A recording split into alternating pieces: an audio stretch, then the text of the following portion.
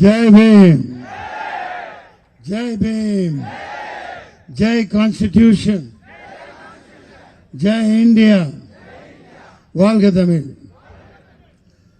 பெரியவர்களே, தாய்மார்களே, சேகு தமிழரசன் அவர்களே, மே 17 இயக்க தலைவர் திருமுருகன் காந்தி அவர்களே, முன்னாள் நீதிபதியும் சிறந்த மாமனிதருமான ஹரி பரந்தாமன் அவர்களே, இயக்குனர் புரட்சி இயக்குனர் தம்பி ரஞ்சித் அவர்களே மற்றும் பலர் பெயர் தெரிந்தாலும் வாயில் திடீரென்று அழைக்க முடியவில்லை. இங்கே நூற்றுக்கணக்கில் இல்லை, ஆயிரக்கணக்கான புரட்சியாளர்கள், என் லட்சக்கணக்கில் என்று சொல்ல வேண்டும், அப்படி குழுமி இருக்கிறீர்கள். உண்மையில் ஆம்ஸ்ட்ராங், ரொம்ப நாளைக்கு அப்புறம் நான் ஒரு அரசியல் மேடைக்கு வரேன். நான் உண்மை இருந்தால் வருவேன், எவனை பற்றியும் பயப்பட மாட்டேன். நீதி இருந்தால் வருவேன், நேர்மை இருந்தால் வருவேன். யாருமே என்னை இங்கே அழைக்கல, தம்பி என்னை அழைக்கல. இதுக்கெல்லாம் அழைப்பு விடுத்து வர்ற விஷயம் இல்லை.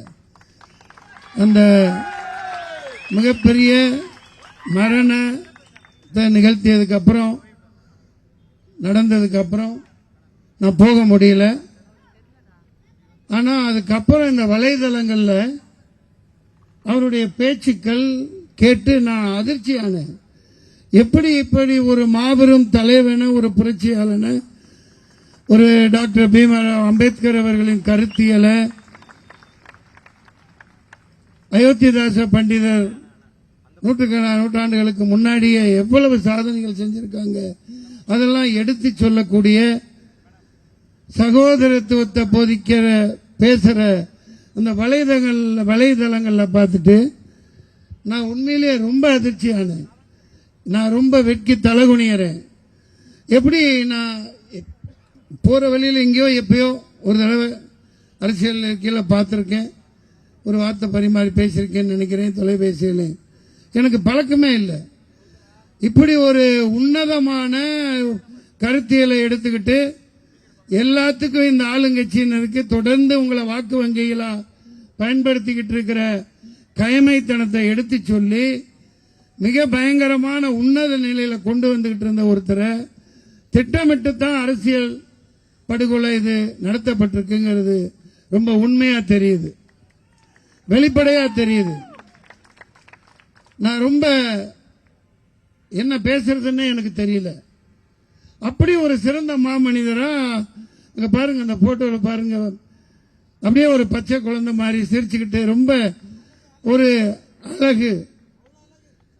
அதாவது இன்னைக்கு எனக்கு எப்படி இழந்துட்டோம், இவ்வளவு பெரிய ஒரு கொடுமைக்கு எவனுங்க வெட்டணுங்களுக்கு எப்படி மனசு வந்ததுன்னு தெரியல. நான் ஒரே ஒரு விஷயத்தை இங்க வெளிப்படையா சொல்றேன், எல்லா ஊடகங்களும் நோட் பண்ணிக்கோங்க. அவர் கொலைபாதகங்கள்ல சில தப்பான இதுல ஈடுபட்டவராக இருந்திருந்தா இயக்க சார்பா இயக்கத்தை வளர்க்கறதுக்காக எப்பவுமே தோழர்கள் இருந்திருக்கலாம். அந்த குறிப்பிட்ட நாள் யாருமே இல்லையே அவர் பக்கத்தில், 2-3 பேருக்கு மேல இல்லையே. அவர் அந்த குறிப்பிட்ட நாள்ல தப்பு பண்ணவராக இருந்திருந்தா ஒரு 40-50 பேர் சுத்தியில நின்றுக்கணும். இதை ஏன் கேட்க மாட்டேங்கிறீங்க? எல்லாம் ரொம்ப சாதாரணமாக இருந்திருக்காரு. ஒரு 2-3 பேர் கூட இருந்திருக்க மாட்டாங்க. இல்ல, ஒரு கட்டடம் கட்டுறாரு, இப்ப நானும் கட்டுறேன்னா யாருக்கு போய் பார்க்கறாங்க. இந்த அடிப்படையில் ரொம்ப எளிமையா இருந்திருக்காரு.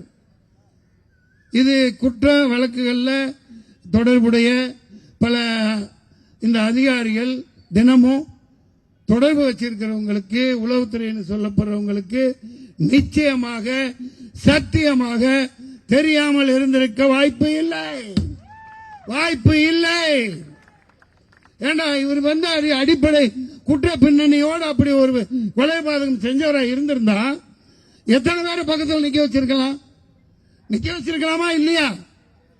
ஒரு 49 பேர் புல்வாமால எப்படி திட்டமிட்டு உள்ள அனுப்பிச்சு படுகொலை பண்ணி ஜெயிச்சாங்களோ, எப்படி ஜெயலலிதா அம்மாவை திட்டமிட்டு போட்டு தந்தாங்களோ, எப்படி மகாத்மா காந்தியை போட்டு தந்தாங்களோ, அப்படி படுபாவிங்க இவர் இருந்திருந்தா நிச்சயமா அரசியல் தமிழகத்தில் மாத்திருப்பார், ஆணித்தரப்பா மாத்திருப்பார்.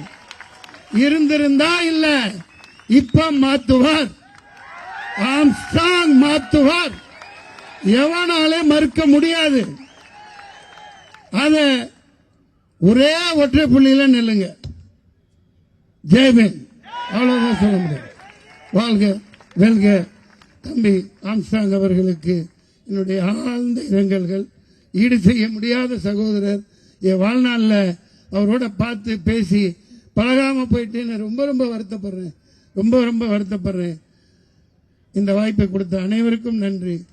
அவருடைய ஆன்மா நிச்சயமாக தமிழகத்தில் அவரோட இடத்தை அரசியல்ல ஒரு மிகப்பெரிய தாக்கத்தை இந்த நாட்டை ஆளுகிற ஒரு உருவாக்கத்தை நிச்சயமா அவர் உருவாக்கும். அதுதான் நீங்க எல்லாம் அவருக்கு சேர்ந்து செய்யற நன்றி கடனா இருக்கும். நன்றி, வணக்கம். ஜெய் பீம்.